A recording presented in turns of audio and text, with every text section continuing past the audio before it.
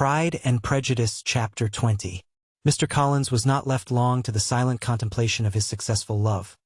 For Mrs. Bennet, having dawdled about in the vestibule to watch for the end of the conference, no sooner saw Elizabeth open the door and with quick step pass her towards the staircase, than she entered the breakfast-room, and congratulated both him and herself in warm terms on the happy prospect of their nearer connection. Mr. Collins received and returned these felicitations with equal pleasure, and then proceeded to relate the particulars of their interview, with the result of which he trusted he had every reason to be satisfied, since the refusal which his cousin had steadfastly given him would naturally flow from her bashful modesty and the genuine delicacy of her character. This information, however, startled Mrs. Bennet. She would have been glad to be equally satisfied that her daughter had meant to encourage him by protesting against his proposals, but she dared not believe it and could not help saying so. "But depend upon it, Mr. Collins," she added, "that Lizzie shall be brought to reason. I will speak to her about it myself directly. She is a very headstrong, foolish girl, and does not know her own interest. But I will make her know it." "Pardon me for interrupting you, madame," cried Mr. Collins. "But if she is really headstrong and foolish, I know not whether she would altogether be a very desirable wife to a man in my situation, who naturally looks for happiness in the marriage state. If, therefore, she actually persists in rejecting my suit, perhaps it were better not to force her into accepting me, because, if liable to such defects of temper, she could not contribute much to my felicity." "Sir, you quite misunderstand me," said Mrs. Bennet, alarmed. "Lizzie is only headstrong in such matters as these. In everything else she is as good-natured a girl as ever lived. I will go directly to Mr. Bennet, and we shall very soon settle it with her, I am sure." She would not give him time to reply, but hurrying instantly to her husband, called out, as she entered the library, "Oh, Mr. Bennet, you are wanted immediately. We are all in an uproar. You must come and make Lizzie marry Mr. Collins, for she vows she will not have him, and if you do not make haste he will change his mind and not have her." Mr. Bennet raised his eyes from his book as she entered, and fixed them on her face with a calm unconcern, which was not in the least altered by her communication. "I have not the pleasure of understanding you," said he, when she had finished her speech. "Of what are you talking?" "Of Mr. Collins and Lizzie. Lizzie declares she will not have Mr. Collins, and Mr. Collins begins to say that he will not have Lizzie. And what am I to do on the occasion? It seems a hopeless business. Speak to Lizzie about it yourself. Tell her that you insist upon her marrying him. Let her be called down. She shall hear my opinion." Mrs. Bennet rang the bell, and Miss Elizabeth was summoned to the library. "Come here, child," cried her father as she appeared. "I have sent for you on an affair of importance.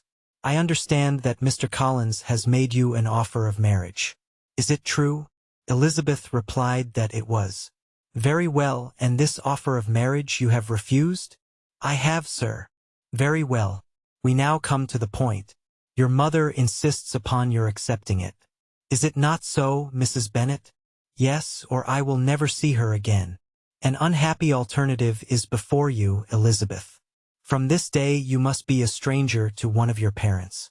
Your mother will never see you again if you do not marry Mr. Collins, and I will never see you again if you do." Elizabeth could not but smile at such a conclusion of such a beginning, but Mrs. Bennet, who had persuaded herself that her husband regarded the affair as she wished, was excessively disappointed. "What do you mean, Mr. Bennet, by talking in this way? You promised me to insist upon her marrying him." "My dear," replied her husband, "I have two small favors to request.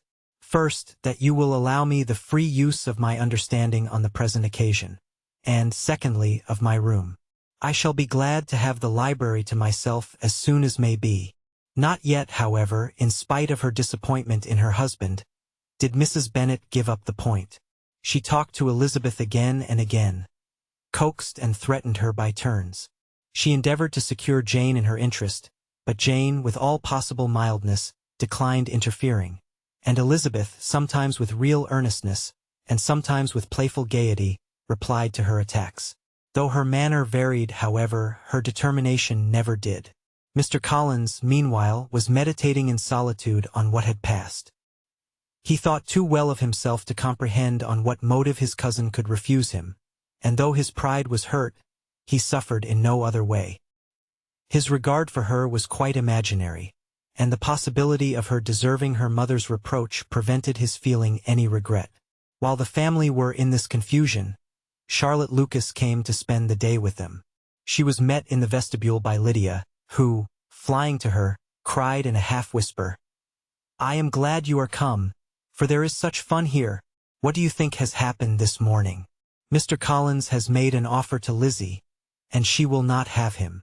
Charlotte had hardly time to answer before they were joined by Kitty, who came to tell the same news, and no sooner had they entered the breakfast-room, where Mrs. Bennet was alone, than she likewise began on the subject, calling on Miss Lucas for her compassion, and entreating her to persuade her friend Lizzie to comply with the wishes of her family. "Pray do, my dear Miss Lucas," she added, in a melancholy tone. "For nobody is on my side, nobody takes part with me.